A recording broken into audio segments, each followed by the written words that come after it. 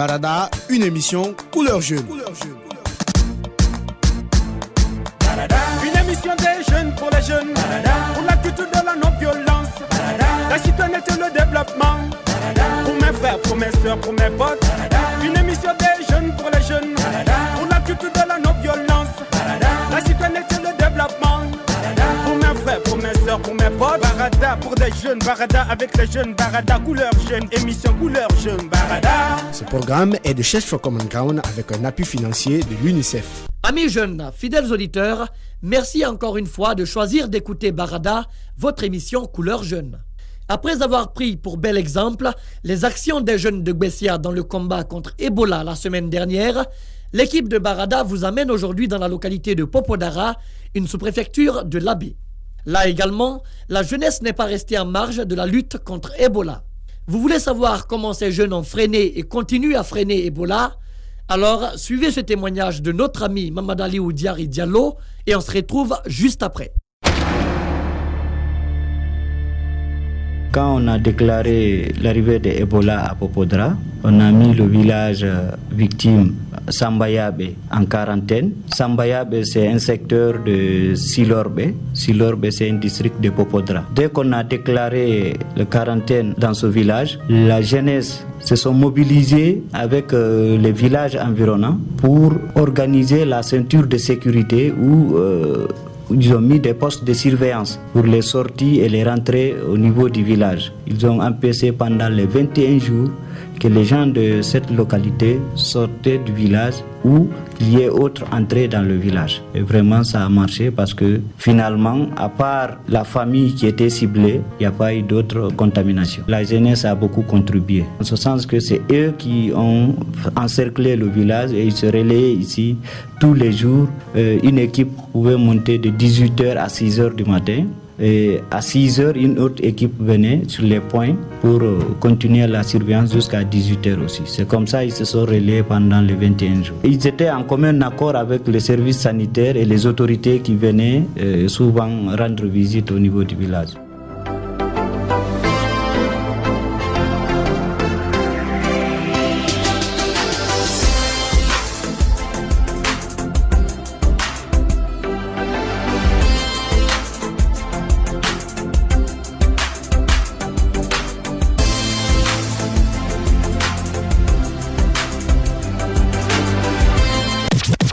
Un autre exemple à suivre pour toute la jeunesse de Guinée. Chers amis, cette histoire que vient de nous conter ce jeune démontre que certains jeunes ont le sens de responsabilité. Tout compte fait, laissons place à la seconde rubrique de cette émission pour savoir ce que pensent les jeunes de cette histoire. Dans le talk show du jour, je reçois Diallo Boubacar, volontaire de la Croix-Rouge de l'Abbé, et Mamadou Maka Baldé du PACV de la même localité. Je vais commencer par toi, Boubacar. Tu as écouté au même titre que Maka le témoignage que vient de nous rendre ce jeune. Qu'est-ce que tu en penses? Bon, moi d'ailleurs, j'étais vraiment surpris par rapport à la réaction de la jeunesse de Popodara parce que c'était le premier exemple à suivre sur le plan national. On a vécu des cas ailleurs, là où dès qu'on parle d'Ebola, c'est les jeunes qui sont les premiers à révolter vis-à-vis des autorités locales et voire même sanitaires. Alors que dans le cas de Popodara, c'est comme si la jeunesse était déjà avertie avant même qu'on ne signale le premier cas. Donc c'est un aspect vraiment à encourager, à souligner. Maka donne aussi son avis sur cette histoire. C'est une bonne chose ce que la jeunesse de Popodara a fait, d'appuyer la communauté de Popodara à lutter contre le virus Ebola. Donc c'est une chose vraiment qui doit servir d'exemple, non seulement à l'Abbé, mais aussi au niveau national. Mais le problème qui se pose à ce niveau, c'est que c'est une jeunesse qui n'est pas du tout formée à ce fait. Ça, c'est un problème. Quand tu parles de formation, tu veux parler de quoi précisément? La formation dont je parle, c'est le cas de prise en charge des victimes d'Ebola. Parce qu'il ne faudrait pas seulement entendre que cette collectivité a un cas d'Ebola, du coup, tu te lances sans en avoir ni l'expérience ni la formation requise en la matière. Donc, c'est aussi un danger. Qu'est-ce que tu penses de cet avis, Boubacar, de Maka? Bon, moi, je ne partage pas l'avis à 100% dans la mesure où d'abord, dès qu'il y a eu le premier cas, les les autorités étaient là. Donc ces jeunes-là étaient déjà coordonnés par les autorités. Ils n'agissaient pas seuls. Toutes les structures étaient représentées. Il y avait les partenaires, il y avait les autorités sanitaires locales, voire même, il y avait même la présence des agents de la Croix-Rouge sur le terrain. Donc ces jeunes-là n'agissaient pas seuls. Ils avaient déjà des directives. Donc moi je crois qu'il ne faudra pas attendre une formation par rapport à une telle épidémie pour pouvoir agir. Il faudra là qu'une fois que les autorités sont présentes et que les jeunes viennent à côté de ces autorités-là, à côté de ce responsable-là, pour pouvoir les assister directement, sans autant dire que non, il faut attendre la formation alors que les emmerdent de l'autre côté. Justement, à votre avis, pourquoi la jeunesse de Popodara s'est-elle comportée de la sorte? Parce que c'est peut-être l'un des problèmes qu'on a dans d'autres endroits de notre pays. Les jeunes ne répondent pas forcément présents à l'appel des autorités dans la lutte contre Ebola. Maka. Vous savez, avant tout, il ne faut pas occulter le fait que les jeunes de Popodara respectent avant tout la religion. Il faut parler de la religion d'abord, il faut parler de l'éducation et aussi le niveau social. C'est la façon de se comporter, bien sûr, au sein de la famille, c'est ce qu'on manifeste dehors. Très souvent, c'est l'éducation. Makama, j'aimerais bien relancer ça avec toi. Je veux parler des endroits où il y a des réticences. Est-ce que tu penses que les jeunes ne sont pas bien éduqués ou qu'ils n'aiment pas la religion? Non, c'est pas parce qu'ils ne sont pas bien éduqués ou bien ils n'aiment pas la religion. Mais, vous savez, tout milieu a sa culture. Tout milieu à sa façon d'éduquer ses enfants. Donc, si toutefois on refuse de se comprendre avec ses propres parents, donc il est très difficile d'accepter autrui. Donc, c'est par rapport à ça que j'ai dit. Donc, il faut avoir du respect pour les sages, il faut avoir du respect pour sa coutume, pour ses mœurs, pour ses traditions et pour sa religion. C'est ce qui a aidé notamment à la jeunesse de Popodara de prendre soin de ses propres parents. Boubacar? Non, je ne suis pas d'accord, c'est pas lié à l'éducation. Moi, je dirais qu'à Popodara, c'est la communication qui a vite marché. C'est que dès qu'il y a eu le premier aspect, ce n'est même pas les autorités qui se sont rendues sur place pour faire des investigations. Plutôt là, un membre de la localité a appelé. Donc, ce qui veut dire que dès qu'il y a eu soupçon, dès qu'il y a eu suspect, on a appelé, on a informé. Et les autorités n'ont pas tardé. Les membres de la Croix-Rouge, les autorités au niveau de la préfecture de la région, au niveau de la santé, la DRS, tout le monde se sont mobilisés et la communication a vite marché. Alors qu'ailleurs, dans les autres régions, dans les autres préfectures, ça n'a pas été le cas. D'abord, avant qu'il y ait l'apparition d'Ebola dans certaines zones, il y avait déjà des conflits. Donc les gens se basaient sur ces conflits-là pour dire que non, c'est telle communauté qui a maudit telle, c'est une malédiction des dieux, c'est ceci, c'est là. Donc il n'y avait pas de communication. Les gens ne savaient pas réellement c'était quoi la chose, l'épidémie. Alors qu'à Popodara, les gens étaient déjà au courant de cette épidémie qui existait, par exemple, vers la forêt. Alors que dès qu'il y a eu le premier suspect, la chance que Popodara a eu, c'est que la première personne contact de la victime a informé à temps. Donc c'est la communication qui a marché, c'est pas lié à l'éducation. Dernière intervention pour Makaba. Très souvent, on nous dit que c'est la sensibilisation. Oui, c'est bien sûr la sensibilisation. Mais à côté de la sensibilisation, il faudrait revenir sur l'éducation des gens. Vous savez, l'information a passé au préalable, c'est vrai. Mais il s'avère que la réticence de la population très souvent vient par rapport au comportement des gens. Très souvent. Donc, il faudrait l'implication des sages dans la sensibilisation, quel que soit le niveau des gens, de la collectivité. C'est pas parce que les gens ne sont pas informés au préalable. Ils sont informés. Il y a un manque de volonté par endroit. Quand je parle d'éducation, c'est-à-dire il faut voir par endroit que les gens refusent d'accepter ce que même les sages sont en train de véhiculer comme information. En plus forte raison, c'est que les autorités centrales sont en train de dire à travers les médias. Après le talk show, place à présent à la dernière rubrique de votre émission Barada. Il s'agit bien de l'avis de l'expert. Aujourd'hui, nous recevons Diallo Ibrahima Sori, superviseur de Child Fund au compte de Dalaba. Pour lui, l'exemple des jeunes de Popodara doit être communiqué aux jeunes réticents se trouvant dans d'autres localités. Il estime également que l'accoutrement des agents de la Croix-Rouge effraie la population et complique l'adhésion de certaines personnes au combat contre Ebola. Suivez l'entretien.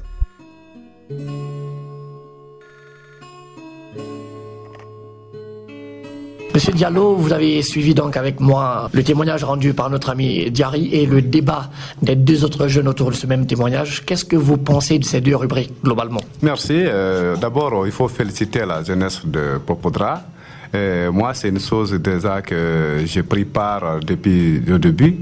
Je vous avoue que la jeunesse de Popodra était soudée de sorte qu'ils pouvaient vraiment être en coordination et diligentée avec les services de l'administration, non soit régionale, préfectorale et locale, y compris celle de la Croix-Rouge. La Croix-Rouge s'est apparue là à des citoyens vraiment compréhensifs parce que vous savez ce qui amène souvent la réticence, c'est quand la Croix-Rouge s'habille autrement là, ils s'apparaissent comme des ninjas devant la population. Là, les gens peuvent vraiment avoir peur. Mais là, il faut féliciter la population de Popodra était à maturité par rapport à la sécurisation de cette surtout épidémie dans leur localité. La jeunesse a contribué non seulement à l'information et à la sensibilisation des citoyens, et bien entendu, la jeunesse aussi a facilité la coordination avec les services de sécurité et les services sanitaires. Et encore, la jeunesse a contribué par rapport à l'information liée aux ressortissants. Et les ressortissants ont fait une contribution non seulement financière, et une contribution matérielle et une contribution morale auprès de ces citoyens de Popodra. Oui, M. Diallo, c'est bien beau tout ce que vous venez de dire, tout ce que la jeunesse a fait, mais est-ce que cela a porté fruit sur terrain? Puisque vous dites que vous connaissez le cas particulièrement. Effectivement. D'abord, la contribution de cette jeunesse de Popodra a fait un enfrein à cette épidémie. Ils ont réussi quand même à limiter la propagation de cette épidémie dans la localité. Cette jeunesse de Popodra a accepté de se relayer là-bas en cordon sécuritaire autour de ce village Sambayabe pendant les 20e jours. Monsieur Diallo, pour l'un des jeunes qui était dans le débat tout à l'heure, dans la seconde rubrique de cette émission, l'éducation a contribué vraiment à faire de sorte que cette jeunesse-là se comporte de la sorte. Est-ce que vous êtes d'accord avec cet argument? Vous savez, ce n'est pas facile de nier cet argument, mais il y a quand même des insuffisances dans cet argument. Moi, je vais dire oui, parce que dans une localité, dans une famille, s'il n'y a pas quelqu'un qui peut décider, qui peut instruire et qui peut vraiment donner de l'ordre et qu'on accepte, là, en ce temps, on ne peut pas vraiment s'entendre. La société, il faut l'ordre dans la société. C'est pourquoi on parle surtout de leaders d'opinion. Bon, et il y a déjà à Popodra, le cas en fait foi. On a compris qu'à Popodra, quand un seul jeune parle, tous les autres jeunes sont obligés de se rallier là et comprendre vraiment et pour la mise en œuvre pourquoi celui-là a dit. L'unité de la jeunesse de Popodra vraiment a fait triompher la jeunesse de Popodra face à cette épidémie. Monsieur Diallo, à votre avis, parce qu'aujourd'hui encore en Guinée, il y a des zones dans lesquelles on rencontre de la réticence, notamment actuellement en Basse-Guinée.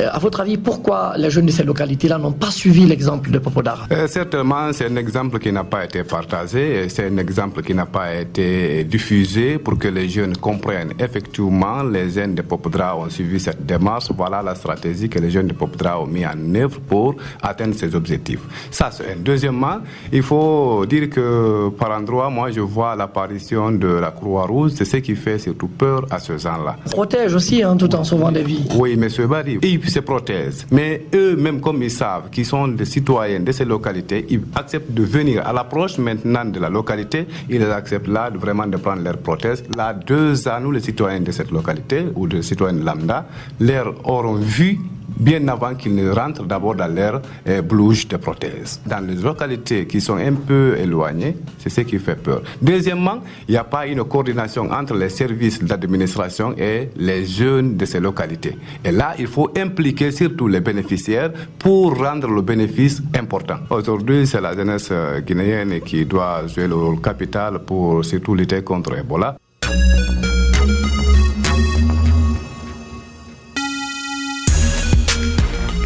Fidèles auditeurs, amis jeunes, nous voilà au terme de votre émission Barada du jour. Mais avant de nous quitter, acceptons de tirer les leçons qui en découlent. Nous jeunes de Guinée devons comprendre que la lutte contre Ebola ne peut se faire sans nous. C'est pourquoi nous devons prendre conscience de la situation et nous lever comme un seul homme pour combattre cette épidémie meurtrière. L'exemple de la jeunesse de Popodra doit tous nous inspirer, car Ebola a pris fin dans cette localité grâce à sa jeunesse vaillante et responsable qui a aidé les autorités et les agents de la Croix-Rouge. Sur ce, toi jeune, dis avec moi « Je suis jeune » et le combat contre Ebola me concerne fortement. C'est sur ces mots de jeunes responsables qu'on se quitte dans l'espoir de nous retrouver très nombreux la semaine prochaine. D'ici là, El Proximo. Vous voulez réagir à cette émission? Envoyez-nous un SMS au 622 31 39 81 ou appelez-nous au 622 05 05 33. Vous pouvez également nous envoyer un mail sur guinea@sfcg.org ou nous suivre sur notre adresse Facebook Search for Common Ground Guinée. Barada, une émission couleur jeune. Une émission des jeunes pour les jeunes, pour la culture de la non-violence, la citoyenneté et le développement, pour mes frères, pour mes soeurs, pour mes potes. Une émission des jeunes pour les jeunes, pour la culture de la non-violence, la citoyenneté et le développement, pour mes frères, pour mes soeurs, pour mes potes. Barada pour des jeunes, Barada avec les jeunes, Barada couleur jeune, émission couleur jeune, Barada. Ce programme est de Search for Common Ground avec un appui financier de l'UNICEF.